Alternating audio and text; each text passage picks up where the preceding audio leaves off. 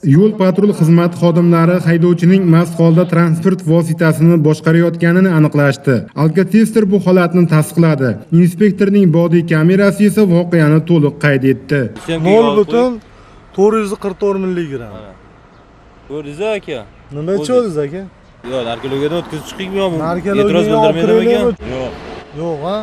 Sudda ish ko'rib chiqilib, haydovchiga qonunga muvofiq ma'muriy jazo qo'llanildi. Fuqaro Muhammadjonovga nisbatan ma'muriy javobgarlik to'g'risidagi kodeksning 131-moddasi 1-qismi bilan yuritilgan ma'muriy huquqbuzarlik to'g'risidagi ish ko'rib chiqildi. Muhammadjonov mastlik holatida transport vositasini Qo'qon shahri hududida boshqarganligi, ishdagi dalillar, shuningdek bodiy kamera yozuvlari bilan tasdig'ini topdi. Muhammadjonovga nisbatan 3 yil muddatga muayyan huquqdan, ya'ni transport vositalarini boshqarish huquqidan mahrum qilgan holda bazaviy hisoblashning 40 baravari miqdorida 16,480,000 so'm jarima jazosi tayinlandi.